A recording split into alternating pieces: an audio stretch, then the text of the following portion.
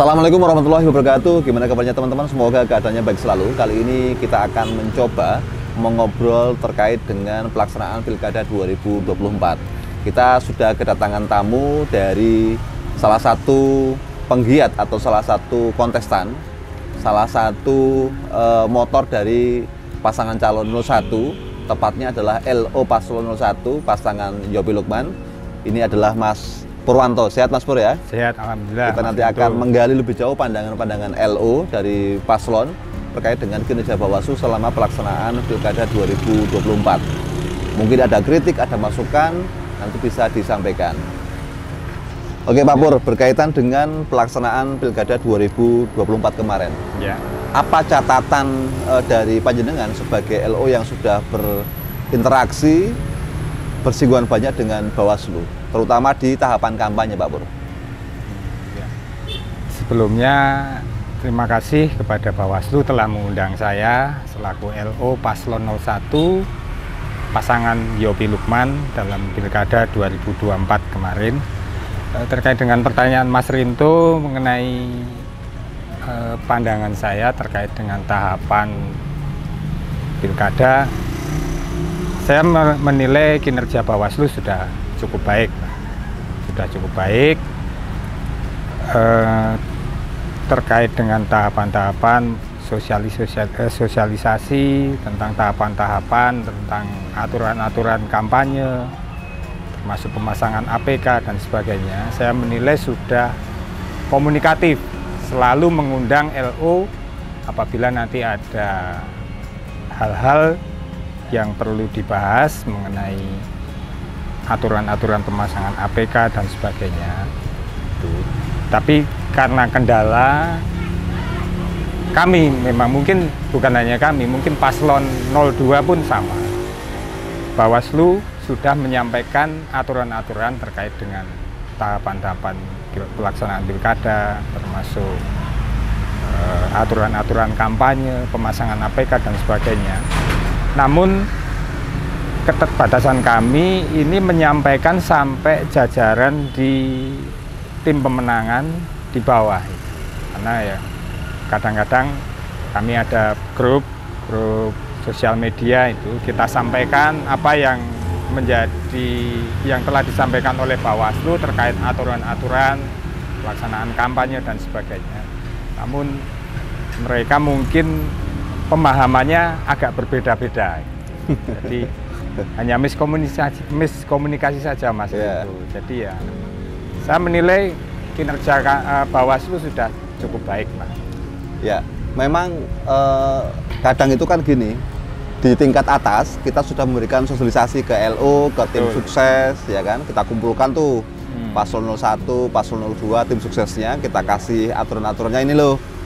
Nah ini, tapi memang kadang di praktek lapangannya itu berbeda, ya kan? Masih ada pelanggaran-pelanggaran, spesifikasinya mungkin lebih ke pemasangan APK ya. Betul. APK ini emang jadi agak agak ada miss ya dari internal tim saya sendiri ya. Ya, kita akui memang kita ada miss, karena kita juga pertemuan-pertemuan itu kan juga hanya sebatas tim-tim inti saja. Jadi kita setiap malam minggu itu rutin kita melaksanakan evaluasi lah, evaluasi terkait dengan perjalanan tim pemenangan dalam menyukseskan pilkada, khususnya Pak Yopi Lukman. Itu kita setiap malam minggu itu di sebelah alun-alun itu posko pemenangan Yopi Lukman, itu setiap malam minggu rutin itu setiap malam. Tapi karena terbatas, hanya tim-tim inti saja yang datang. Kadang-kadang waktu itu yang datang orang ini besok malam minggu berganti lagi karena ada kesibukan. Jadi ya itu keterbatasannya seperti itu. Dan sudah kami sampaikan, saya selaku LO menerima penjelasan dari Bawaslu, saya sampaikan di situ, kita diskusikan bersama-sama dan kita implementasikan bersama-sama. Jadi memang dibedah ya itu ya, aturan-aturannya itu ya? Iya, aturan-aturan itu kita bahas bersama, kita diskusikan. Dan kita juga selalu berusaha untuk menaati aturan-aturan yang ada. Tapi kadang-kadang ya ini kendala teknis di lapangan itu ya seperti itu, seperti kemarin yang terjadi ada miskomunikasi. Siap. Ya, ini perlu teman-teman ketahui bahwa Mas Pur ini merupakan salah satu tokoh politik di Projo yang cukup senior dan sudah menjadi LO itu dari pemilu ke pemilu. Iya, betul. Langganan ya Mas ya? Betul. Ya. Langganan LO ya, dari Pilkada 2020 juga LO ya? Iya. Kemudian sebenarnya sudah pengen pensiun tapi masih dibutuhkan ya. Masih dibutuhkan, ya. Pengalamannya luar biasa. Nah tentu perlu kami sampaikan juga kepada teman-teman pemirsa semua bahwa Mas Pur ini, atau tidak hanya Mas Pur lah, LO di Projo itu cukup akomodatif. Betul. Artinya kalau LO 01 atau 02 kita undang ke Bawaslu begitu, jam berapapun ready. Nah ini menariknya ini, jam berapapun ready. Malam, siang, sore itu memang ready. Nah ini yang kemudian menjadikan hubungan Bawaslu dengan LO itu cukup baik, sehingga komunikasinya transfer informasi berkaitan dengan regulasi terbilang lancar ya. Ya itu. Nah kalau Pak Pur sendiri apa namanya, mungkin ada keluhan atau mungkin kekecewaan ke Bawaslu nih, Bawaslu waktu penertiban APK misalkan itu terlalu arogan misalkan, atau ada catatan lain enggak? Kalau saya, karena saya itu LO, selalu komunikasi dengan Bawaslu dan tahu persis bahwa Bawaslu memang sudah menyampaikan aturannya secara jelas gitu. Kejenengan ya? Ya, ke saya pribadi gitu. Dan saya juga sudah berusaha menyampaikan ke bawah, tapi mereka seperti tadi saya sampaikan, pemahamannya mungkin berbeda-beda. Nah, ada yang bilang begini, kalau saya menilai begini Mas Rinto, Paslon 02 ada yang menilai Bawaslu condong ke Paslon 01. Siap. Paslon 01 juga demikian gitu. Memandang bahwa Bawaslu tidak netral, Bawaslu condong ke Paslon 02. Nah, ini hal seperti ini kan menjadi bukti bahwa Bawaslu memang sebenarnya netral gitu. Karena ada dua itu penilaiannya berbeda. Gitu. Jadi mungkin kalau saya menilai seperti itu. Ya, mungkin terkait dengan pemahaman yang dibawa itu, karena mungkin kita komunikasinya juga terbatas, karena tidak semuanya bisa kita komunikasikan dengan tim-tim yang dibawa, terutama tim di Paslon 01 itu kan ada tim lapangan yang khusus menangani APK sendiri. Itu saya potong manajemen tim sukses itu waktu APK ini pembagiannya gimana itu? Karena kan jenengan LO mendistribusikannya ke siapa, ke desainernya APK, yang masang itu boleh sepil ininya. Ya memang kita timnya agak lumayan banyak ini, yang bagian desain juga tersendiri, bagian nanti perizinan juga ada sendiri, bagian pemasangan tersendiri. Jadi kalau desain mungkin bisa saya kondisikan lah, bisa saya kondisikan. Kemudian terkait aturan-aturan pemasangan di yang tempat-tempat yang seharusnya tidak boleh dipasangi APK itu juga sudah kita sampaikan. Tapi karena mereka mungkin APK-nya juga kemarin luar biasa banyak sekali. Baik dari 01 dan 02 itu kemarin luar biasa. Luar biasa. Jadi mungkin karena mungkin sudah capek, sudah malam lah, udah pasang sini aja biar cepat selesai gitu ya. Gampang. Kemudian karena juga yang tempat-tempat yang dilarang itu sebenarnya tempat-tempat yang menurut kami memang strategis sebenarnya. Jadi ya kita juga dilematis juga Mas Rinto. Padahal ini tempatnya view-nya bagus, dilihat banyak orang bisa melihat, orang lewat itu bisa langsung melihat. Tapi ternyata di situ dilarang. Dan mereka juga mungkin berpandangan bahwa di sini saja ini bagus ini. Tapi mereka mungkin lupa bahwa aturan-aturan itu sudah ada di Bawaslu, bahwa tidak boleh berdekatan dengan tempat-tempat ibadah, di tempat pelayanan publik, pelayanan umum dan sebagainya, seperti itu Mas.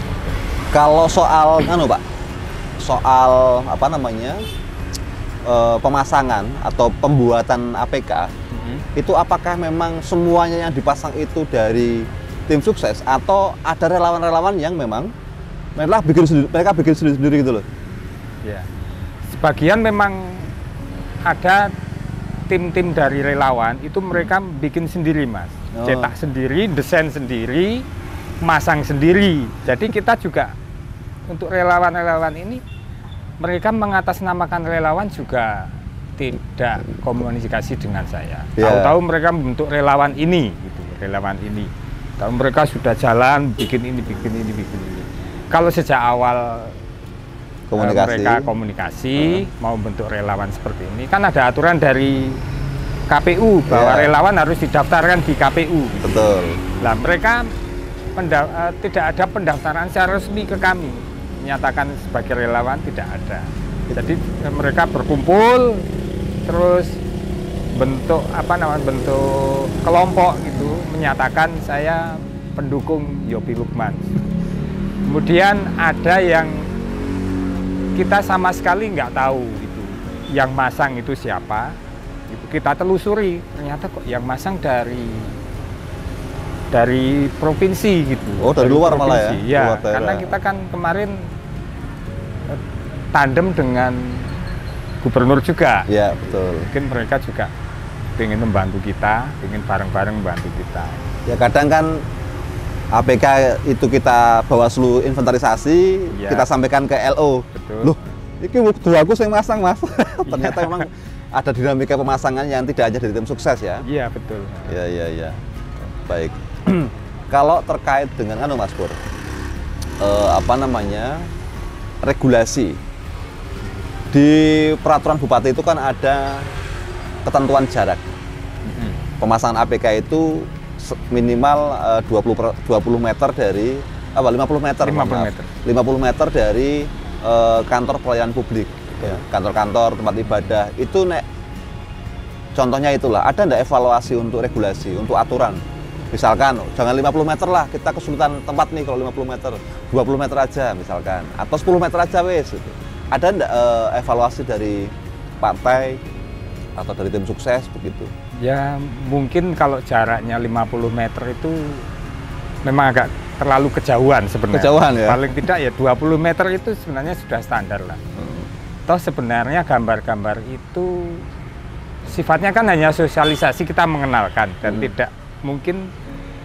tidak begitu mengganggu lah untuk di kantor-kantor pelayanan publik itu. Kecuali memang sudah ada perda di seputaran alun-alun dan sebagainya, tidak boleh untuk pemasangan atribut kampanye, itu kita hormati lah seperti itu. Tapi kalau yang di tempat-tempat yang lain, misalkan di dekat tempat ibadah, misalnya musola atau gereja, sebenarnya kalau terlalu misalkan 20 meter pun menurut saya juga sebenarnya tidak terlalu mengganggu. Gitu ya? Menurut saya. Kan enggak apa-apa ini sampean ngasih masukan gitu kan, karena besok pelakunya juga jenengan lagi nih misalkan kalau ada pemilu pilkada lagi. Kalau belum pensiun. Atau mungkin ada evaluasi lain Mas. Mungkin soal kemarin yang agak sedikit ada dinamika soal desain. Desain dan jumlah APK. Kan KPU kemarin kan tidak begitu jelas nih desainnya ada enggak sih yang pasti harus seperti apa, kemudian jumlahnya berapa lah. Ini cara LO efektif mana? Apakah memang harus ada desainnya ditentukan, ada larangan khusus, ada jumlah tertentu yang kemudian ditetapkan sebagai acuan dari tim sukses untuk membuat APK, atau sudah seperti yang kemarin sudah cocok misalkan? Ya. Kalau menurut saya terkait dengan desain APK ya, desain APK itu kan kita kan seni untuk APK itu kan kita seperti iklan gitu. Iya, betul. Ada seni untuk iklan. Gitu. Menurut saya sebaiknya itu dibebaskan saja, tapi tetap dengan koridor ketentuan-ketentuan yang berlaku. Misalkan tidak boleh ada gambar selain paslon atau selain pengurus partai politik. Itu kita tetap kita hormati, kita kita juga tidak berusaha untuk tidak memasang gambar yang selain gambar paslon ya. Gambar paslon atau gambar pengurus partai politik. Kemudian gambar ada kata-kata yang berbau sara itu tidak boleh ya. Kita tetap mengikuti aturan. Tapi terkait dengan, kalau menurut saya KPU itu kemarin awal-awalnya itu terlalu kaku. Desainnya harus sesuai dengan yang di approve oleh KPU, yang sudah disetorkan oleh KPU. Tapi makin kesini kita diskusi bareng-bareng dengan KPU juga. Yang penting kan tidak ada kata-kata yang mungkin mengandung unsur sara, tidak ada gambar selain pengurus partai dan paslon gitu, tetap diperbolehkan. Intinya kita juga dengan Bawaslu komunikatif, dengan KPU ya kita selalu diskusi ya. Diskusi juga. Oke, terakhir Pak Pur, berkaitan dengan saat paslon 01 itu dipanggil Bawaslu untuk diklarifikasi, itu sebetulnya ada gejolak enggak di internal partai? Ini ngapain nih Bawaslu manggil-manggil paslon nih? Ya, kalau itu mungkin sudah umum ya Mas, sudah umum di bawah itu pasti sudah jadi bahan perbincangan. Oke. Ini kok Bawaslu selalu memanggil paslon 01 terkait pelanggaran-pelanggaran ini karena ada laporan-laporan ini. Ya memang kalau saya selaku LO kan paham Mas, karena ada laporan, memang ini sifatnya menjadi wajib bagi Bawaslu untuk ditindaklanjuti. Tapi yang di bawah kan belum tentu paham itu Mas, belum tentu paham itu. Makanya kan banyak kita sebenarnya juga ingin pilkada itu berjalan dengan aman-aman saja, tidak ada lapor-melapor, terus kita bareng-bareng lah terkait siapa nanti yang akan jadi, itu memang sudah pilihan masyarakat. Tapi kita kan punya punya langkah-langkah tersendiri, strategi-strategi tersendiri yang mungkin memang banyak sekali kegiatan-kegiatan yang dilakukan oleh paslon 02 itu yang menurut kami sesuai dengan aturan itu memang melanggar gitu. Tapi kita juga kita biarkan saja lah, enggak apa-apa lah gitu. Tapi ya ini ke depan mungkin biar semuanya bisa tertib ya, kita pilkada itu kontestasi politik kalau bisa berjalan dengan aman lah, kita nggak usah lapor-melapor. Ya mungkin karena ini murni mungkin dari pendukung-pendukung itu memang desakan dari pendukung ini di sana ada seperti ini, informasi ini kita tensinya kemarin saja. Tinggi soalnya Pak. Ya betul, tensinya karena cuma tinggi. Dua paslon aja. Ya, head to head itu memang panas itu. Kami Bawaslu juga agak terus terang kerepotan. Ada banyaknya laporan yang masuk. 01 dilaporkan, 02 dilaporkan. Wah ini wis nyampe lembur sampai malam ini. Tapi tidak apa-apa, dinamika penyelenggara pemilu begitu Pak Pur. Ya ke depan harapannya ya nanti kontestasi pemilu atau pilkada yang akan datang mungkin bisa lebih bisa lebih kondusif ya. Betul. Meskipun pilkada kemarin juga terbilang kondusif. Ya. Tidak ada demonstrasi, tidak ada macam-macam ya. Kalau soal laporan itu kan biasa kan. Itu bentuk dari ekspresi masyarakat untuk melaporkan satu kejadian yang diduga ada unsur pelanggarannya. Toh setelah diperiksa kan tidak terbukti. Semuanya tidak terbukti. Semuanya tidak terbukti. Yang pidana itu. Dan itu menurut saya juga sangat mengganggu dan membuang-buang waktu, buang-buang energi, buang-buang pikiran gitu ya. Karena memang kita juga sudah mempelajari, kita diskusikan aturan-aturannya, tidak boleh seperti ini itu. Ternyata memang dari sana menilai mungkin karena tidak tahu detail kegiatan kita seperti apa sih. Seperti contoh kemarin kita waktu di tempat ibadah di Klenteng itu, di Klenteng. Ini kan sebenarnya kita kan di sana ada komunitas Klenteng itu, di sana ada arisan rutin.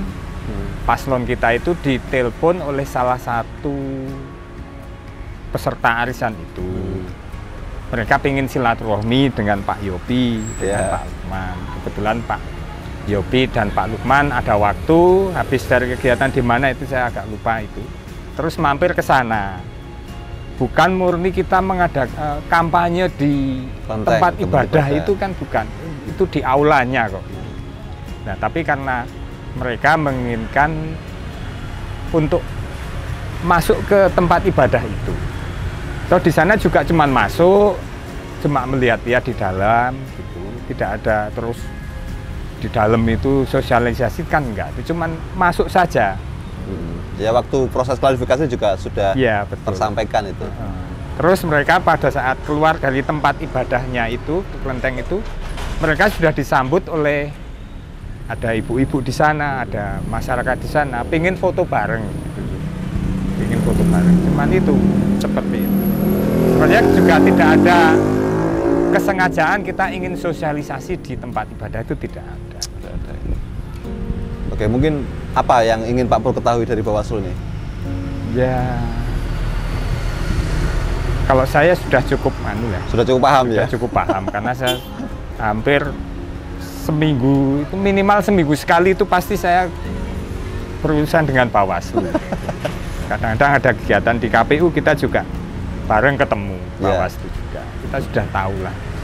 Tapi ke depan Pak Pur masih akan jadi LO lagi atau mau nyalek ini besok? Kalau saya sebenarnya sejak awal itu kemarin-kemarin itu saya sebenarnya sudah ingin apa namanya ya gantian lah. Gantian ya. Gitu. Ya capek juga Mas, capek. Pikirannya capek. Kemarin sampai berat badannya turun juga. Karena pusing juga itu. Pusing, ngurusi tim sukses banyak sekali ya. Iya, mungkin kalau terkait dengan pekerjaan administrasinya itu nggak terlalu berat lah, nggak berat menurut saya. Cuman kita harus berpikir strategi-strategi, harus menyampaikan pemahaman ke tim-tim pemenangan di bawah. Ini aturannya seperti ini, seperti ini, seperti ini. Jadi memang LO itu berat ya tugasnya? Ya, menurut saya berat. Berat ya? Berat. Beratnya di tanggung jawabnya itu. Tanggung jawab ya. Kalau pekerjaannya, karena LO itu sebenarnya kan hanya sebagai penghubung dari paslon ke KPU atau Bawaslu terkait dengan administrasi, persyaratan-persyaratan pencalonan dan sebagainya. Kemudian mau menyampaikan dari apa namanya dari KPU ada regulasi seperti ini disampaikan kan melaluinya LO, melalui LO. Jadi tanggung jawab kita juga beratnya kita harus menyampaikan apa yang disampaikan KPU dan Bawaslu ke jajaran tim. Tidak hanya paslon ya, tapi seluruh tim ya? Ya seluruh tim, ya. Tidak hanya paslon. Paslon punya keterbatasan waktu karena mereka juga sibuk sosialisasi ke sana kemari. Kalau untuk mengurusi tim pemenangan seluruhnya kan tidak memungkinkan. Otomatis LO yang harus menyampaikan itu. Oke Pak Pur, terima kasih obrolannya sore ini. Sama-sama Mas Rindo. Semoga bermanfaat, sehat selalu. Amin, amin. Selalu mewarnai dinamika politik di Purworejo ya Pak Pur ya. Mungkin saya akan menyampaikan sesuatu monggo, Pak Pur. Terkait dengan pilkada kemarin.